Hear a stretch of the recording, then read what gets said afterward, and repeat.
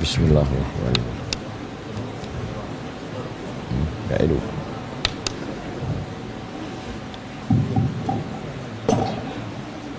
Bismillahirrahmanirrahim. Bismillahirrahmanirrahim. Assalamualaikum warahmatullahi wabarakatuh. Alhamdulillahilladzi bi ni'matihi tatimmus shalihat wassalatu wassalamu ala sayyidis sadat wa ala alihi wa ashabihi ahlil fadaili wal karamat.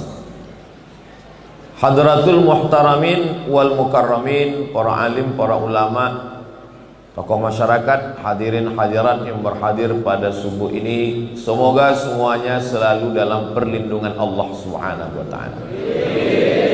Man shalla subha fi jama'atin, siapa yang sholat subuh berjamaah, kana fi zimmatillah, maka dia dalam tanggungan perlindungan Allah Subhanahu wa taala. Itu janji dari Allah yang disampaikan oleh Sayyidina Muhammad sallallahu alaihi wasallam, dan Allah itu innaka la tukhliful mi'ad. Man shalla subha fi jama'atin, siapa yang sholat subuh berjamaah, faka'annama shallal laila kullah, dia dapat pahala seperti sholat sepanjang malam. Mudah-mudahan kita selalu istiqomah sampai anak cucu, sampai hari kiamat insyaallah. Amin ya rabbal alamin. Masjid Riyadul Jannah sudah menanti kedatangan Ustaz Abdul Somad dari tahun 2018, sekarang 2024. Jadi kalau waktu saya mau datang waktu itu dia menikah, berarti anaknya daftar kelas 1 SD tahun ini. Dan sholat subuh berjamaahnya dari 2016 sudah bertahan 8 tahun tidak putus, hari Ahad subuh berjamaah bersama. Rahasianya ternyata banyak. Salah satu rahasianya karena makan sego macan. Terima kasih kepada ibu-ibu, bapak-bapak yang sudah mensupport, yang tidak tampil di hadapan masyarakat, selamat dari penyakit riya dan sum'ah. Allah menjaga hatinya tergolong dalam orang-orang yang ikhlas beramal karena Allah. Amin ya rabbal alamin. Kata Nabi sallallahu alaihi wasallam, "Idza marartum bi riyadil jannah farta'u." Kalau kamu lewat di Riyadil Jannah, taman surga, farta'u, ikut makan minum di taman surga tersebut. Lalu kata sahabat Nabi, apa ada taman surga di dunia ini ya Rasulullah? Kata Nabi, ada. Apa yang dimaksud dengan taman surga itu? Majalisuz zikri, majelis-majelis zikir.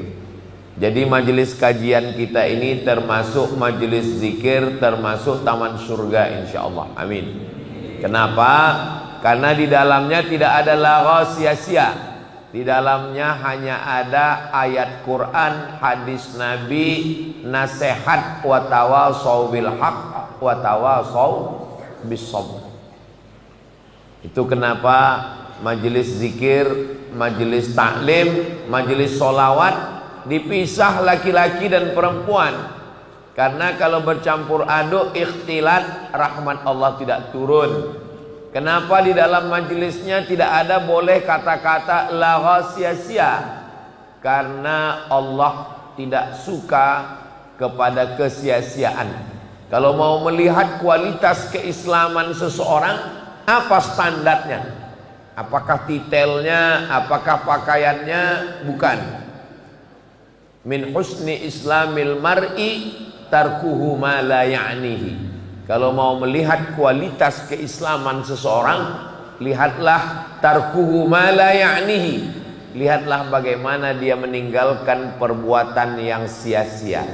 Jadi kalau ada orang sholatnya rajin, ibadahnya penuh, tapi masih masuk dalam perbuatan sia-sia yang tidak bermakna, maka kualitas keislamannya masih rendah. Maka dengan melaksanakan sholat subuh berjamaah ini, diharapkan, padahal ini hari libur, tanggal merah, hari tenang. Banyak orang sibuk dari mulai Senin, Selasa, Rabu, Kamis, Jumat, Sabtu, full kerja, berangkat pagi pulang petang. Maka hari libur, hari Ahad ini adalah hari pembalasan. Gak bangun subuh, pas ditanya gak sholat subuh, ini minggu tenang. Padahal dalam Islam, ketenangan itu cuma nanti kita dapatkan di surga bersama Rasulullah sallallahu alaihi wasallam. Ketenangan kita bukan karena materi, karena benda. Ketenangan kita karena Allah yang menurunkan ketenangan. Huwallazi anzalas sakinata. Dialah yang menurunkan sakinah fi qulubil mu'minin, ke dalam hati orang beriman. Letak tenang itu bukan di mata, letaknya bukan di telinga, letaknya bukan di tangan, di kaki, letaknya di dalam hati. Kalau hati sudah tenang, maka pikiran ikut tenang, tangan ikut tenang, lisan pun ikut tenang. Kenapa? Karena ketenangan di dalam hati. Yang menurunkan ketenangan itu Allah. Letaknya di mana? Hati. Apa obatnya? Ala bizikrillahi tatmainnul qulub. Dengan banyak berzikir mengingat Allah, maka hati menjadi tenang. Majelis kita majelis zikir, majelis yang dijadikan Allah sebagai majelis mendapatkan ketenangan. Maka kalau di antara jamaah ini ada yang tertidur, itu salah satu tanda hatinya tenang. Karena penyakit orang kaya, banyak harta, punya jabatan, penyakitnya insomnia, susah tidur. Sementara ada orang yang begitu ustadz langsung duduk, kelihatan langsung bisa tidur. Itu kan nikmat besar, tanpa perlu makan obat, konsultasi ke psikiater. Yang penting kita sehat, sehatnya dipakai untuk beribadah, mendekatkan diri kepada Allah Subhanahu wa ta'ala. Nabi Shallallahu alaihi wasallam diturunkan Allah karena manusia ini punya akal yang terbatas. Saya punya telinga, tapi saya tidak bisa mendengar apa yang diucapkan bapak yang ada di belakang sana. Saya punya mata, tapi saya tidak bisa melihat apa yang ada dibicarakan di SD Muhammadiyah Simo di depan. Simo itu kalau bahasa Marokonya singkatan dari Sidi Muhammad. Orang Maroko kebanyakan namanya Muhammad. Jadi kalau ketemu sama orang, pripun kabare Pak Simo? Simo artinya Sidi Muhammad. Sidi artinya Sayyidi, karena susah menyebut Sayyidi jadi Sidi. Perempuan Sayyidati, karena susah menyebut Sayyidati jadi Siti. Laki-laki Sidi, perempuan Siti. Bapak Ibu yang dimuliakan Allah Subhanahu wa ta'ala, yang akan kita bahas subuh ini adalah Riyadul Jannah, taman surga. Bagaimana supaya kita bisa masuk ke dalamnya? Maka disediakan pintu-pintu. Ada satu pintu namanya Babus Shalah, pintu sholat. Ini untuk orang-orang yang sholatnya luar biasa. Ada seorang imam. Imam ini namanya Imam Ahmad bin Hanbal. Meninggal tahun 241. Kuburnya di Baghdad, Irak. Panjang umur, sehat badan, mudah-mudahan kita bisa umroh sekalian sampai ke Baghdad, Irak. Ongkos tanggung masing-masing. Imam Ahmad bin Hanbal ini punya kitab isinya 40.000 hadis. Nama kitabnya Musnad Ahmad bin Hanbal, terbesar. Beliau imam mazhab yang keempat. Yang paling tua Hanafi, nomor 2 Imam Maliki, nomor 3 Imam Syafi'i, nomor 4 Imam Hambali. Imam Ahmad bin Hanbal punya anak laki-laki namanya Abdullah. Abdullah ini ditanya, Abdullah, ya, bapakmu Imam Ahmad bin Hanbal? Iya.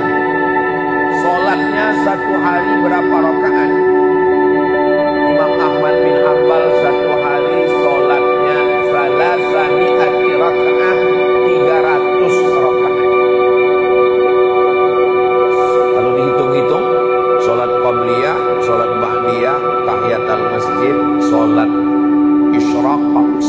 duha, sholat awabin, sholat tahajud, sholat witir, sholat sunat tasbih, sholat sunat mutlak. Jadi kalau sholat sunat semua sudah dilaksanakan, bingung mau sholat apa? Sholat sunat mutlak. Sekarang banyak yang sholat sunat hajat. Memang biasa sholat sunat hajat ini dilaksanakan di masjid-masjid, itu rutin 5 tahun sekali, hajat pilkada. Imam Ahmad bin Hanbal kena fitnah. Waktu itu rezimnya namanya Mu'tazilah, yang mengatakan Al-Quran itu makhluk. Sedangkan Ahlussunnah wal Jamaah mengatakan Al-Quran itu kalamullah. Mereka mengatakan Quran makhluk. Imam Ahmad bin Hanbal ditanya, dites, kena fitnah. Quran itu makhluk apa kalamullah? Imam Ahmad bin Hanbal mengatakan Al-Quran kalamullah. Imam Ahmad bin Hanbal ditangkap, dijebloskan ke penjara, dipukul, disiksa. Maka dia tidak sanggup tegak lama berdiri. Sholat sunatnya 150 rakaat sehari semalam.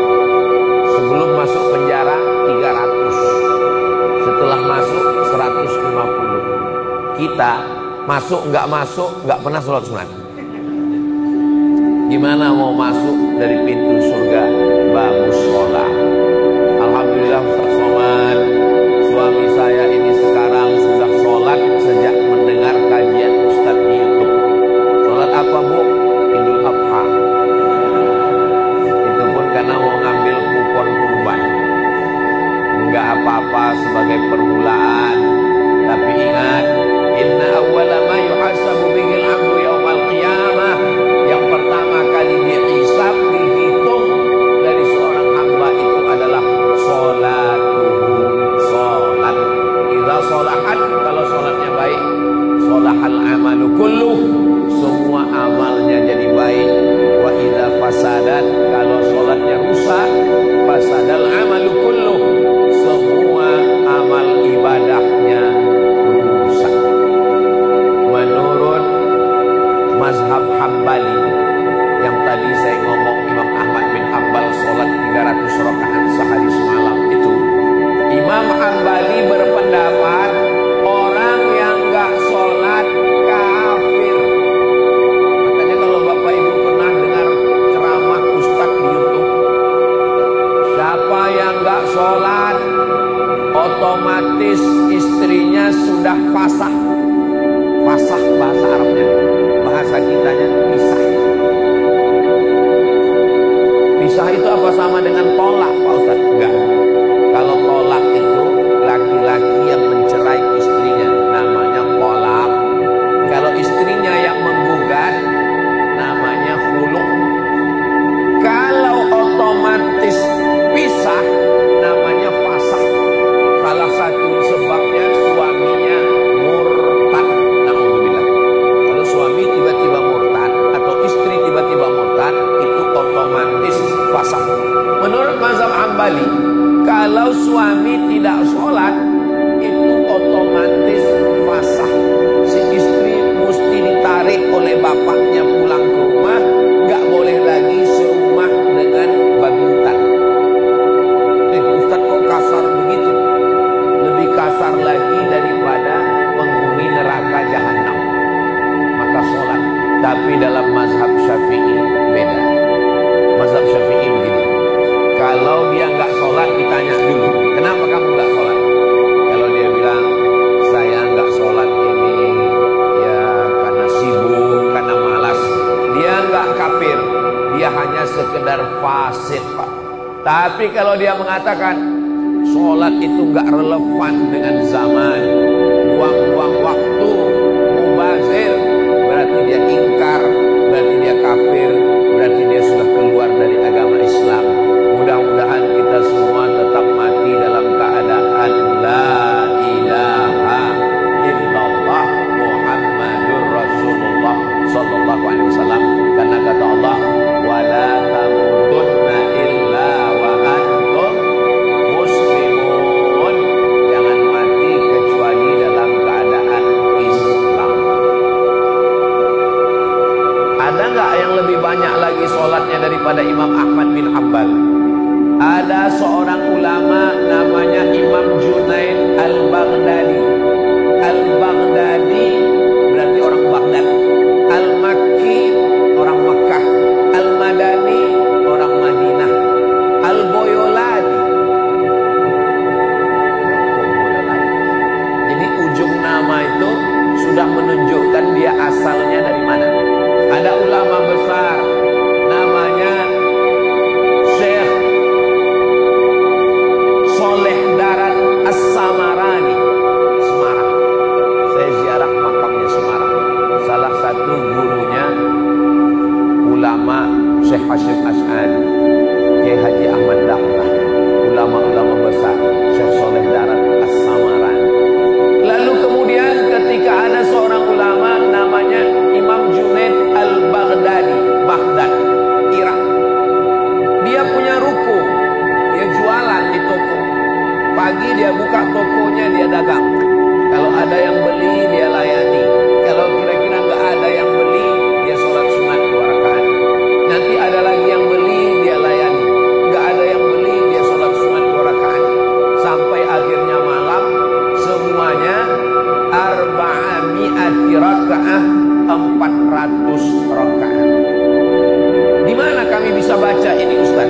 Dalam kitab Ar-Risalah Al-Qushairiyah Imam Al-Qushairi. Dulu pernah kita khatamkan secara online karena nggak bisa ngaji disebabkan oleh COVID-19. Dulu kabarnya COVID itu akan datang seterusnya, kalau COVID-19 2021 22. Alhamdulillah berkat doa kita selamanya akhirnya nggak datang lagi. Nggak datang COVID, tiba-tiba datang hawa panas yang luar biasa. Sampai Gunung Fuji di Jepang itu sekarang tidak ada saljunya lagi, mencair karena panasnya dunia. Di Indonesia ditambah lagi panasnya pilkada. Tapi alhamdulillah hati kita tetap sejuk. Kenapa? Karena menanti saat-saatnya tiba sego macan. Saya terus penasaran gimana bentuknya sego macan. Macan tutul apa macan apa? Bapak Ibu yang dimuliakan Allah Subhanahu wa taala, apakah ada yang lebih banyak lagi sholatnya? Nabi Muhammad sallallahu alaihi wasallam punya anak namanya Sayyidatuna Fatimah. Sayyidatuna Fatimah punya anak laki-laki Sayyidina Al-Hasan dan Sayyidina Al-Husain. Sayyidina Al-Husain punya anak laki-laki namanya Sayyidina Ali. Ini unik orang. Kakeknya Ali, bapaknya Husain. Husain punya anak Ali lagi. Orang Arab biasa gitu ngasih nama. Makanya Raja Maroko yang sekarang, tempat saya belajar, Raja Maroko yang sekarang ini namanya Muhammad VI. Muhammad VI itu nama ayahnya Hasan II. Hasan II itu anak Muhammad V. Muhammad V itu anak Hasan I. Jadi Bapak Ibu kalau mau mudah ingat nama saya Abdul Somad. Nama anak saya Mizyan Hazik Abdillah Sami Ahmad Misbahi Ibadillah. Nanti Mizyan kalau punya anak Somad Loro. Itu caranya mudah untuk menghafal nasab. Sayyidina Ali punya anak Husain. Husain punya anak Ali lagi. Maka untuk membedakan antara cucu dengan kakek, namanya Ali Zainal Abidin. Zainal artinya perhiasan. Abidin ahli ibadah. Perhiasan ahli ibadah. Kenapa dia disebut perhiasan ahli ibadah? Karena banyak ibadahnya. Ibadahnya apa? Gelarnya yang lain namanya sajad. Sujud. Orang yang banyak sujud, sajad. Kenapa dia disebut banyak sujud? Karena sehari semalam alfa sajadah. Dia bersujud 1000 kali sujud. Di mana kami bisa lihat riwayat ini? Nama kitabnya Syiar A'lam An-Nubala. Nama penulisnya Imam Az-Zahabi. Imam Az-Zahabi ahli hadis yang paling ketat dalam periwayatan. Ada kitab namanya Kitab Al-Mustadrak. ditulis oleh Imam Al-Hakim. Imam Al-Hakim kalau mengatakan hadis ini sahih, hadis ini sahih. Kalau Imam Al-Hakim mengatakan hadis ini sahih, tidak diterima oleh sebagian ahli hadis sebelum Imam Az-Zahabi menyetujuinya.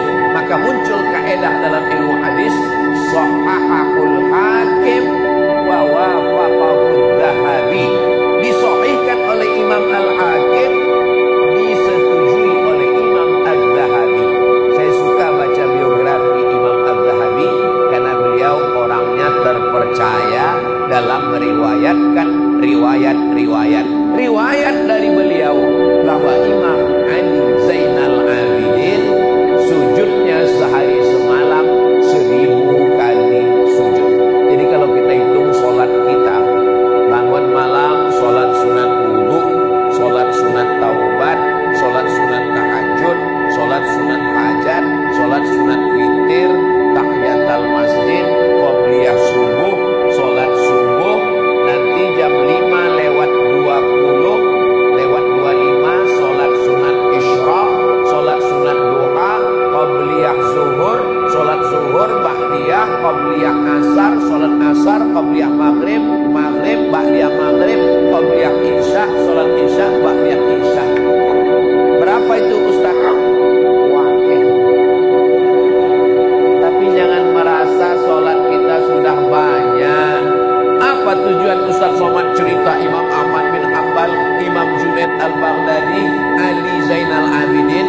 Tujuan saya supaya jangan merasa sholat kita sudah banyak. Itu tujuan. Karena sekarang banyak orang membandingkan sholatnya itu ke bawah. Kalau membandingkan sholat itu ke atas, jangan ke bawah. Kamu kok sholatnya cuma maghrib? Ya masih syukur saya sholat, teman saya nggak sholat. Itu salah. Kalau ngelihat masalah akhirat, lihat ke atas. Tapi kalau masalah dunia, lihat ke bawah. Itu untuk menenangkan hati kita. Mudah-mudahan kita termasuk orang yang melihat ke atas, sehingga kita merasa ibadah kita ini masih kurang jauh dengan ibadah orang-orang yang soleh. Doakan supaya yang ceramah, yang ngomong Ustaz Abdul Somad ini jangan merasa ibadahnya lebih banyak dari orang lain. Bapak Ibu mau mendoakan saya? Dari bunyinya kelihatannya nggak setuju. Insya Allah. Babus sholat. Yang kedua ada pintu namanya Babur Rayyan. Rayyan ini dimasuki oleh orang-orang yang dia pilih ibadah khusus. Saya Ustaz Abdul Somad, sholat ini saya nggak bisa banyak-banyak. Kenapa? Kaki saya sakit, nggak bisa tegak, sakit pinggang, rukuk nggak bisa, sujud lama-lama berkunang-kunang. Tapi ibadah yang satu lagi saya bisa. Apa itu? Nahan makan dan minum. Ini bagi mereka yang banyak puasa sunat.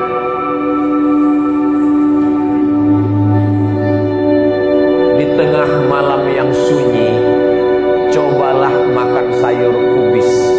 Kalau mikrofon sudah bunyi-bunyi, itu tanda waktu sudah mau habis. Sampai mana tadi? Lupa. Ar-Rayyan, bukan kubis. Ar-Rayyan. Rayyan ini pintu khusus untuk orang yang banyak puasa. Nama sahabat Nabi Amr bin As. Amr bin As punya anak namanya Abdullah bin Amr bin As. Puasa terus. Lalu bapaknya melapor ke Nabi, ya Rasulullah, ini anak saya ini kok orangnya puasa terus. Dipanggil Nabi. Kenes dulu. Sini sebentar. Ada apa ya Rasulullah? Katanya, ini kita boleh melaporkan amal orang, dan yang ngelapor nggak perlu disebut namanya. Nabi nggak ada nyebut, bapak kamu ngelapor ke saya. Itu namanya ngandok. Sampai berita ke saya. Katanya kamu puasa terus ya? Iya ya Rasulullah. Kata Nabi, inna li jasadika alaika haqqan. Badanmu punya hak, kasih dia makan. Gak boleh puasa terus. inna li'ainika 'alaika haqqan, matamu punya hak, kasih dia tidur. Enggak boleh tahajud terus. Inna li ahlika 'alaika haqqan, istrimu punya hak, kasih dia kebutuhan zahir dan batin. Enggak boleh meninggalkan istri lama-lama. Jadwal saya di Jawa Tengah itu hanya 3 malam. Malam Sabtu, malam Ahad, malam Senin. Senin saya pulang. Sumatera Utara 3 malam, Sumatera Barat 3 malam, Jawa Timur 3 malam, Jawa Tengah 3 malam. Di luar itu saya enggak datang. Jadi mohon kalau ada yang undang saya enggak datang, ini saya kasih tahu supaya jelas, jangan ada dusta di antara kita. Kenapa Ustaz cuma 3 malam?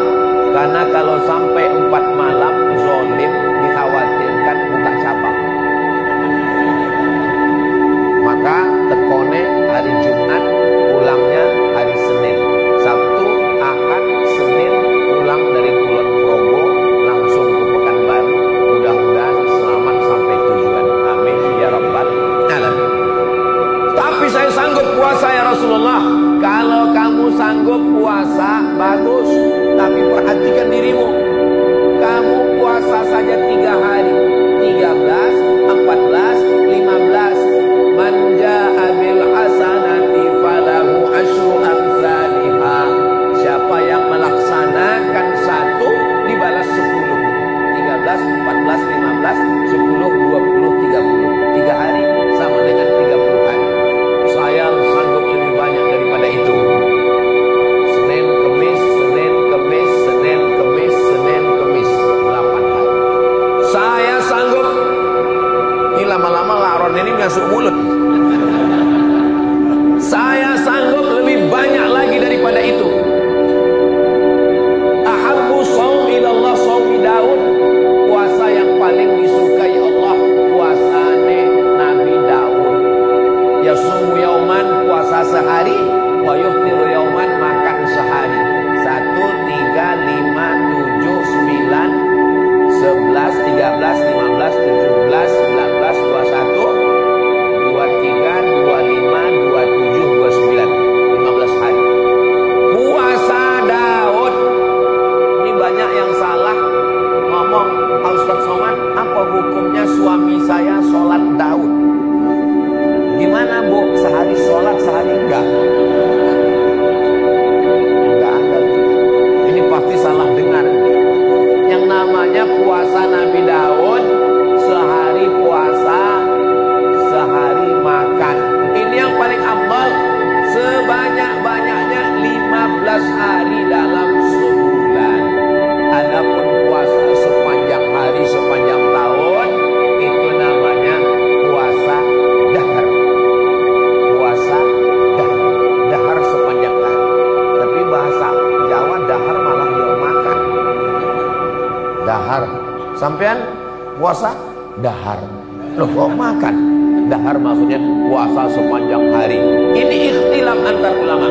Ulama yang membolehkan puasa dahar sepanjang hari setiap tahun itu berdasarkan amalan sahabat Nabi. Yang laki-laki namanya Abdullah bin Umar, anak Umar bin Khattab. Yang perempuan namanya Sayyidatuna Aisyah, anak Abu Bakar Siddiq. Setelah Nabi meninggal, Aisyah itu puasa dahar sepanjang tahun. Jadi kalau di antara bapak ibu yang mau puasa sepanjang tahun, misalnya suaminya udah meninggal, dia tidak masakkan siapapun, pekerjaannya tidak berat, maka dia boleh puasa dahar. Tapi bapak nggak boleh puasa dahar, karena kalau bapak puasa sepanjang tahun, yang nyari nafkah, ngasih makan anak istri sekolah, pak, anak kita mau bayar uang sekolah, saya puasa dahar. Berpuasa sunat, ngasih nafkah wajib. Gara-gara yang sunat meninggalkan yang wajib, haram hukumnya. Kerja di kantor, kena penyakit 6L, lemah, letih, lesu, letoy, loyo, lumpuh. Orang mau ngurus KTP, mau ngurus macam-macam, apalagi bapak polisi, nggak boleh puasa dahar. Nanti dia nggak bisa razia. Orang lewat nggak pakai helm dia. Pak, itu nggak pakai helm. Saya udah nggak lihat lagi. Boleh, karena dia memegang amanah dari negara. Dia puasanya Ramadan. Kenapa? Karena ini wajib. Adapun puasa sunat, memegang amanah, menjaga keamanan, keselamatan, wajib hukumnya. Sedangkan sholat sunat, maka puasa sunat gak boleh meninggalkan yang sunat gara-gara yang wajib. Gak boleh meninggalkan wajib gara-gara yang sunat. Paling tinggi wajib, di bawah wajib sunat. Antara sunat dengan wajib, sunat muakkad. Yang di bawah mubah. Perintahnya kuat, wajib. Perintahnya enggak kuat, sunat. Larangannya kuat, haram. Larangannya enggak kuat, makruh. Enggak disuruh, enggak dilarang, mubah. Nah, ini yang 5 ini jangan di otak hati. Jangan sampai yang makruh dinaikkan ke haram, yang sunat dinaikkan ke wajib. Akhirnya jamaah sesak nafas. Karena memberat-beratkan umat Nabi Muhammad sallallahu alaihi wasallam. Nah, jadi siapa yang sanggup puasa Senin Kamis, bagus. Mahasiswa-mahasiswa, adik-adik, anak muda, bagus puasa Senin Kamis, ngirit jajan. Dan bagus juga karena anak muda ini libido seksualnya bertambah. Maka kalau di kampus dia puasa, itu bisa mengurangi nafsu seksual. Bro, itu ada cewek satu. Aku udah lagi ya. Entarlah habis buka puasa mencas. Bagus. Nah, tapi saya pernah datang ke salah satu kota di Jawa Tengah. Gak boleh sebut nama kotanya, menjaga kode etik jurnalistik. Pas lagi saya sampai ke rumah jamaah ini, makanan di atas meja makan, wakeh tenang. Saya pun makan. Tuh, Bapak Sohibul Bait, tuan rumah gak makan? Saya puasa, Pak Ustaz. Saya dalam hati, saya kan tahu. Masa kok enggak dihormati? Cuman gak enak ngomong kan. Rupanya memang saya tiap hari puasa, Pak Ustaz. Bapak puasa dahar? Saya puasa sepanjang tahun, Pak Ustaz. Sudah berapa lama? 2 tahun, 20 tahun. Orangnya sehat walafiat. Seandainya beliau didudukkan di samping saya sekarang, terus Bapak Ibu nanya, mana yang sakit? Mungkin saya yang sakit. Karena saya kurus, beliau tegap sehat. Nah, jadi puasa dahar ini bukan hanya di zaman dulu, di zaman sekarang pun ada. Saya lagi jalan-jalan ke rumah jamaah. Sampai di rumah jamaah ini ngasih selebaran iklan. Ustaz tolong bacain. Saya baca iklannya. Namanya fasting terapi. Terapi kita sudah tahu terapi. Fasting nggak makan. Orang Barat di Amerika mengajarkan fasting terapi nggak makan berat. Tapi boleh minum boleh, asap boleh. Tapi makan nasi, makan gandum nggak boleh. Yang berat-berat nggak boleh. 1 bulan 8 hari untuk membakar kelebihan kalori, kelebihan karbohidrat. Makanya sekarang banyak orang yang diet karbo. Jadi pas kita makan nasi, dia makan sayur, makan ikan, pasti tanya, nggak makan nasi? Diet karbo. Sego macan. Nggak makan sego? Enggak, saya diet karbo. Segonya untuk kamu, macannya untuk saya. Bapak Ibu yang dimuliakan Allah Subhanahu wa taala. Jadi ternyata kalau kolesterol ini berlebih menimbulkan penyakit, gula lebih, diabetes meletus. Lemak berlebih, pertumbuhan itu ke atas, bukan ke samping. Akhirnya orang banyak diet sekarang. Nah, ternyata orang Barat sudah punya terapi gak makan 8 hari dalam sebulan. Saya ketika membaca ini, 8 hari gak makan dalam sebulan, Allahu Akbar. Itu sudah diajarkan Nabi kita 8 hari dalam sebulan. Senin, Kamis, Senin, Kamis, Senin, Kamis, Senin.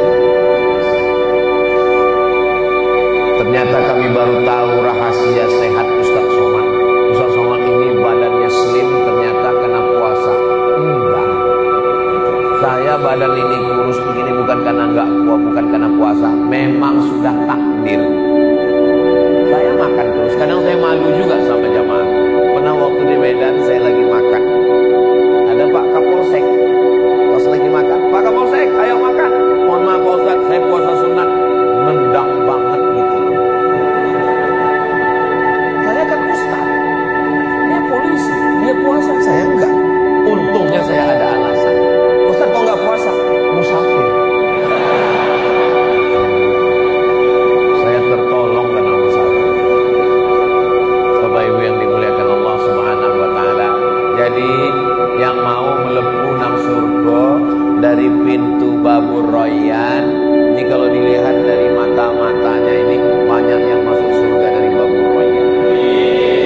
Enggak tahu ya apa karena belum datang sarapan. Jadi pintu surga ini banyak. Kenapa kita mesti bingung? Saya masuk dari Babu Sholah, bagus. Saya masuk dari Babur Royan, bagus. Pintu yang ketiga namanya Babu Sodakoh. Ini untuk orang-orang yang sodakohnya luar biasa. Ketika Abu Bakar Siddiq hijrah bersama Nabi Muhammad sallallahu alaihi wasallam, Abu Bakar itu nama ayahnya Abu Quhafah. Abu Quhafah ini enggak Islam. Lalu dia nanya ke cucunya namanya Asma.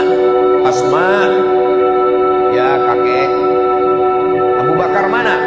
Abu Bakar sudah pergi bersama Nabi Muhammad sallallahu alaihi wasallam. Oh, pasti emas Abu Bakar habis dibawa oleh Muhammad. Dia benci. Lalu kemudian Asma datang ngambil kain. Asma datang ngambil kain. Jangan khawatir, saya pakai celana panjang. Asma memasukkan batu ke dalam kain. Lalu ngasih tahu ke kakeknya, Abu Quhafah, "Oke, coba pegang." Lalu Abu Quhafah pegang. Oh, masih ada emas.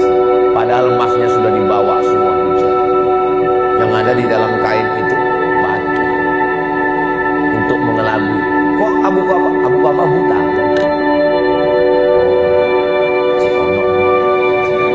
Masih ada emas. Padahal batu yang di dalam kain, semua emas itu sudah dipakai hijrah bersama Nabi Muhammad sallallahu alaihi wasallam. Begitulah sahabat Nabi dulu bersedekah. Utsman bin Affan tidak ikut perang Badar. Kenapa? Istrinya Ummu Kulthum, anak Nabi, sakit. Tapi dia tetap dapat pahala jihad perang Badar. Kenapa? Karena dia membelikan tombak, baju besi, kuda, pedang dan peralatan perang. Maka kata Nabi, "Man jahaza ghaziyan faqad ghaza." Siapa yang menyiapkan alat-alat perang, maka dia sudah ikut berperang bersama Rasulullah sallallahu alaihi wasallam.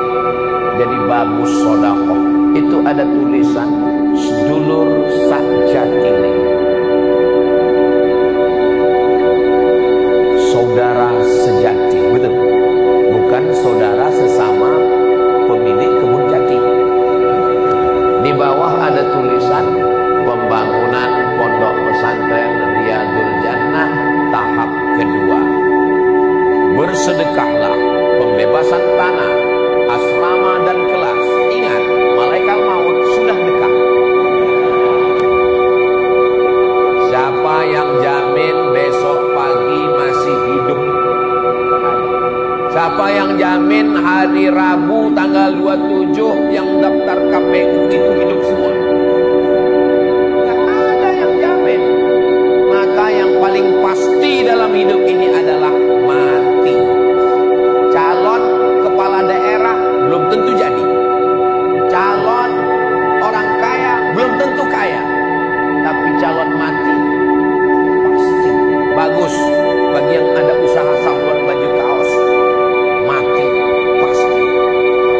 Kirim ke nomor rekening Riyadul Jannah.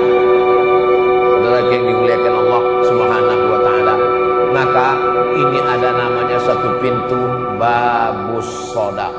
Nabi Muhammad SAW sampai ke kota Madinah. Sampai di Madinah ada orang mau ngasih tanah. Ini tanah untuk Masjid Nabawi. Nabi beli. Berarti waktu sudah habis. Nabi beli tanah Masjid Nabawi.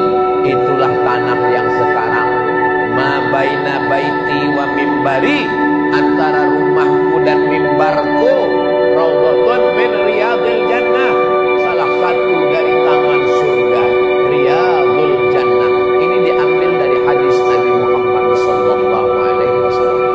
Dari dinding rumah Nabi ke mimbar Nabi 22 meter, ke belakang 15 meter, yang disebut dengan raudhah. Siapa yang mau masuk raudhah, datanglah ke riyadul jannah. Ini kita ini sedang di raudhah di sini. Cuman beda warna karpet. Di sana hijau, di sini merah. Ini dalam rangka geladi. Sebelum nanti panjang umur, sehat badan, murah rezeki, kita sama-sama masuk taman raudhah. Amin ya rabbal. Tapi jangan yang udah di raudhah nggak mau lagi masuk ke riyadul jannah. Ini banyak orang sombong, pulang umroh ditanya, nggak ngaji ke riyadul jannah. Saya sudah di raudhah. Orang di raudhah nggak sempat sholat kok diusir polisi. Cuman 5 menit, itu pun foto-foto selfie. Hai guys, sudah di raudhah nih. Langsung diusir polisi. Haji. Allah bukan di raudhah. Allah bukan dalam Ka'bah. Allah mawjud bila makan. Allah itu walam yakul lahu kufuwan ahad. Seandainya menemui Allah di dalam Ka'bah, menemui Allah di taman raudhah, betapa tidak adilnya Allah. Gimana dengan saudara kita yang gak punya uang untuk beli tiket pesawat? Maka Allah maha adil. Aqrabu ma yakunul abdu min rabbih wa huwa sajid. Orang paling dekat dengan Allah bukan di Ka'bah, bukan di raudhah. Orang paling dekat dengan Allah waktu sujud. Fa aksiru fihi doa, perbanyaklah doa waktu sujud. Tapi kalau jadi imam paling banyak cuman 12 tasbih, lebih 12 makruh. Jangan sampai terlalu khusyuk, makmumnya pitam, gelap. Tapi kalau sholat sendirian ketika tahajud, sepanjang-panjangnya munajat kepada Allah Subhanahu wa ta'ala.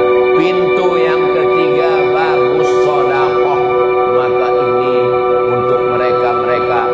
Utsman bin Affan masuk dari babus shadaqah. Abu Bakar Siddiq dari babus shadaqah. Siapa lagi orang-orang kaya?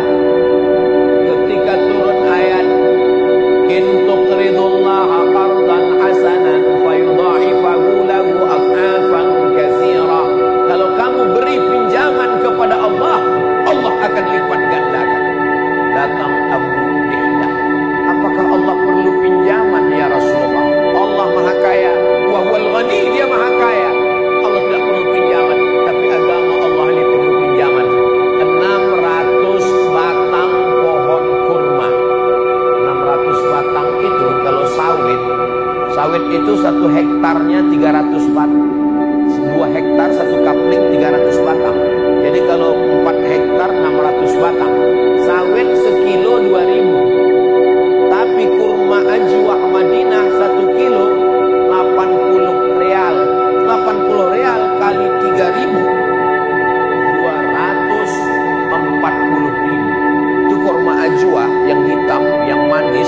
Kalau yang harga 240.000 itu diletakkan di ruang tamu, tamunya 1 makan 5, yang punya rumah nangis. Setiap tamu makan 250.000. Saudara yang dimuliakan Allah Subhanahu wa ta'ala, maka 600 batang dia kasih untuk menolong agama Allah Subhanahu wa ta'ala. Yang paling mahal di Arab itu air. Kenapa air paling mahal? Karena sampai sekarang hujan susah. Maka menggali sumur dalam baru keluar air. Yang punya air lebih kaya daripada yang punya minyak, karena air lebih mahal daripada minyak.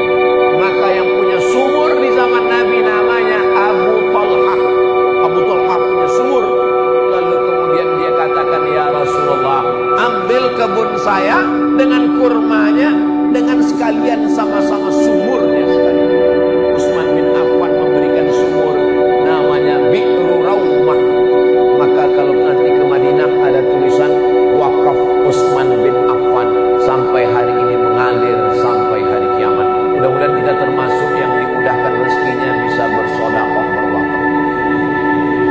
Tadi kita masuk ke masjid Riyadul Jannah, sholat sunat tahiyatul masjid, sholat sunat qabliyah subuh, sholat subuh, ngaji tausiah, sholat sunat isyraq.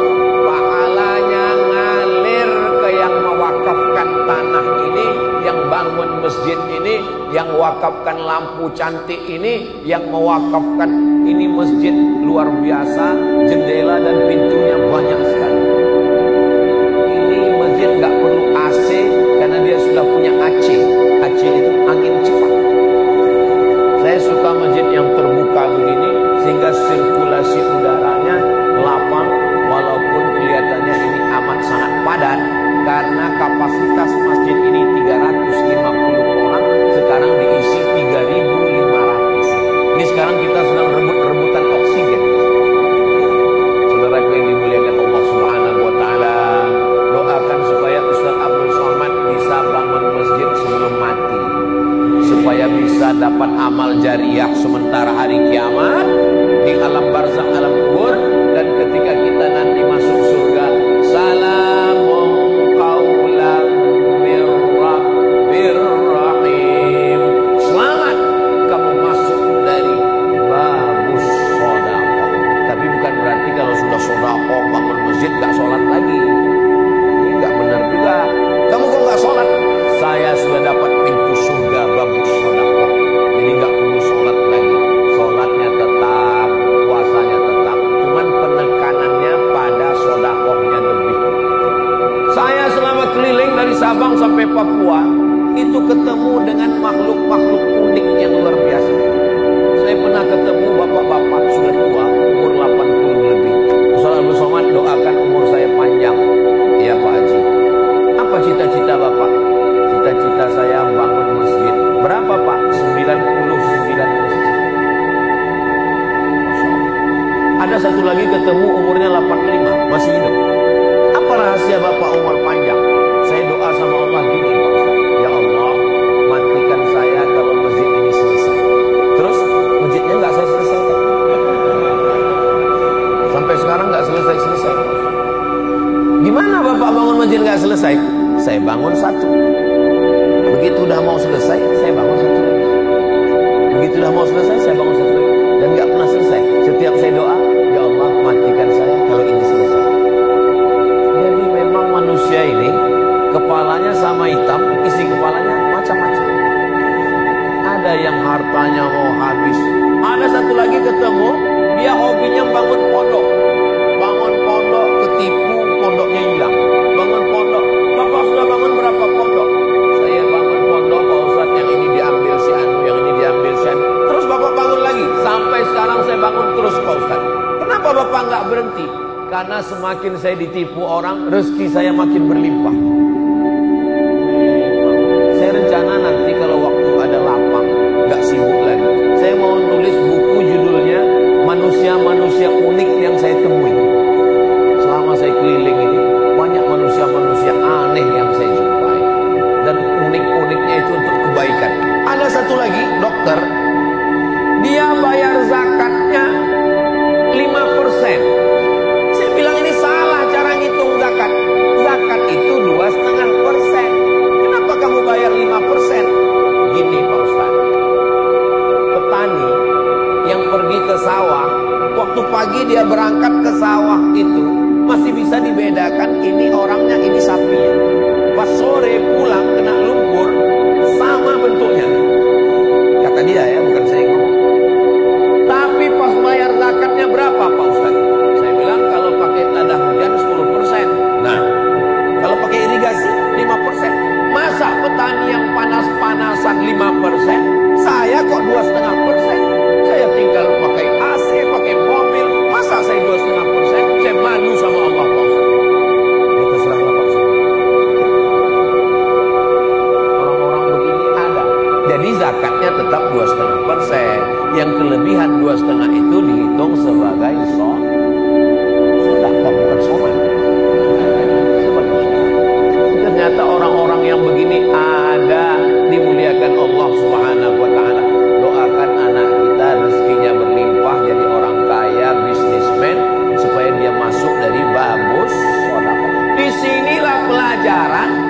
bahwa umat Islam itu, siapa yang mengajarkan umat Islam mesti miskin, susah, pakaiannya compang-camping, melarat? Siapa ini yang mengajarkan? Yang mengajarkan itu namanya Abdul Ghafur. Ini Abdul Ghafur ini penjahat. Mohon maaf Pak Abdul Ghafur, jangan tersinggung. Nama aslinya Snok Hordronyi. Pura-pura masuk Islam, masuk ke kota Makkah karena syaratnya Islam, ganti nama Abdul Ghafur, 6 bulan di Makkah. Habis itu dia pulang mengadu domba umat Islam di Aceh. Lalu kemudian pindah ke Bandung dan pulang ke Amsterdam, mati di Belanda. Di batu nisannya bukan Abdul Ghafur, itu menunjukkan dia kembali murtad. Snok Hordronyi. Untung dia ambil Abdul Ghafur. Coba kalau dia pilih nama Abdul Somad. Apa enggak saya tukar nama jadi Snok Hordronyi? Saudaraku yang dimuliakan Allah Subhanahu wa taala. At-tajir, pedagang, as-saduq, yang jujur, al-amin, amanah. Pedagang jujur, amanah. Kalau mati ma'an nabiyyin, dia akan bersama nabi-nabi, was-siddiqin, bersama orang yang benar, was-syuhada, bersama orang mati syahid, was-shalihin, bersama orang-orang yang soleh. Makanya anak-anak muda kita diberikan semangat, motivasi, entrepreneur, bisnis, dagang, jualan. Kamu jualan di mana? Kok nggak punya ruko? Kok nggak punya toko? Saya jualan online. Barang-barangnya kok nggak kelihatan? Saya jual tuyul. Yang dijual itu yang laku, yang bisa halalan, thayyiban, yang baik, yang bermanfaat untuk umat, memudahkan orang banyak. Rezeki datang dari Allah. Ya Razzaq, engkau pemberi rezeki. Tarzuqu man tasha, kau berikan rezeki kepada siapa yang kau kehendaki bi ghairi hisab. Harta juga adalah ujian. Ada yang diuji dengan kekuasaan, ada yang diuji dengan ilmu, ada yang diuji dengan tenaga, ada yang diuji dengan harta. Mudah-mudahan saudara-saudara kita yang diuji dengan harta diluluskan Allah dengan babus sedekah insyaallah. Amin. Saya Ustaz mau masuk surga dari babus sedekah nggak bisa. Kenapa? Saya nggak punya harta. Mau masuk surga dari babus sholah nggak bisa. Kenapa? Karena kebetulan saya sakit-sakitan. Kalau gitu masuk dari babur royan, puasa. Saya mau masuk dari pintu puasa pun nggak bisa Pak Ustaz. Kenapa? Karena saya sudah divonis dokter sakit lambung akut. Apakah saya mesti masuk neraka? Jangan. Terus ada pintu namanya babul kaziminal ghaiz, pintu menahan amarah. Puasa nggak bisa, sedekah nggak bisa, sholat nggak bisa. Maksudnya banyak. Yang wajib tetap, sholat subuh, zuhur, asar, maghrib, isya tetap, puasa Ramadan tetap, zakat tetap. Tapi untuk lebih nggak bisa. Jangan putus asa. Ada namanya babul kaziminal ghaiz, pintu menahan amarah. Ini amal hati. Tapi jangan dipilih. Ketika ditanya, kamu mau sedekah untuk bantu pondok Riyadul Jannah? Enggak. Saya sudah pilih pintu yang udah nahan amarah. Ini orang tidak benar. Kalau bisa kita masuk min haitsu syaa, masuklah dari pintu mana saja yang kamu mau. Masuk dari babus sholah bisa, masuk dari babus sedekah bisa, masuk dari babul kaziminal ghaiz bisa, masuk dari babul rayyan bisa, masuk dari babul jihad. Jihad, berjihad fisabilillah juga bisa. Siapa yang bisa masuk dari semua pintu? Yang bisa masuk dari semua pintu adalah Abu Bakar Siddiq. Mudah-mudahan kita termasuk golongan Abu Bakar Siddiq yang masuk dari semua pintu insyaallah. Amin ya rabbal alamin. Kenapa Ustaz berhenti jam 6:25? Karena tadi mulainya jam 5.25, berhenti 6.25 sesuai dengan kode etik 600 ml. Enggak lebih. Bapak Ibu yang dimuliakan Allah Subhanahu wa taala, menahan amarah. Ada orang sedekahnya banyak, sholatnya banyak, puasanya banyak, tapi marahnya juga banyak. Ibu kalau kebetulan suaminya pemarah, jangan balas marah. Karena marah dibalas marah, ledakan bom atom Hiroshima Nagasaki. Maka ibu nyanyi aja, Mas jangan marah, nanti emas cepat mati.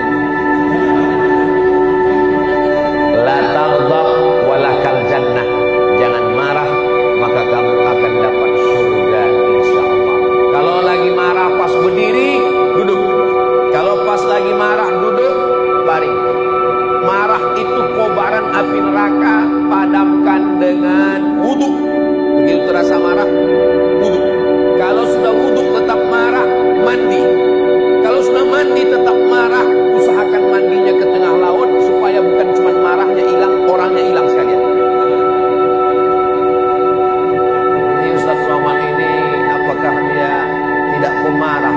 Saya orangnya cepat tersulut emosi, saya orangnya cepat marah. Maka saya tahu diri saya cepat marah, itu makanya saya nggak main medsos. Loh, jadi Ustaz nggak main medsos? Enggak. Itu Facebook, Instagram, TikTok itu diurus admin semua. Saya nggak tahu password. Karena kalau saya tahu passwordnya itu saya serang semua tuh haters.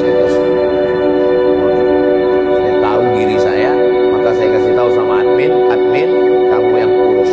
Makanya kalau ada yang DM jangan tersinggung, jangan sakit hati. Itu kan banyak yang komen, Ustaz baca DM kita dong, jadikan aku yang kedua ya. Saya tahu diri saya takut tergoda, maka saya berikan ke admin, saya tidak urus. Maka kita yang tahu emosi, halaka mru'un lam ya'rif qadrahu, celaka orang yang tidak tahu siapa dirinya. Kenali diri baik-baik, saya ini orangnya pemarah, jangan pancing kemarahan. Maka kita jaga emosi diri kita dengan banyak-banyak berzikir, istighfar, sholawat. Subhanallah walhamdulillah wala ilaha illallah wallahu akbar wala haula wala quwwata illa billahil aliyyil azim. Wasiqal ladzina ittaqaw rabbahum ilal jannati zumara.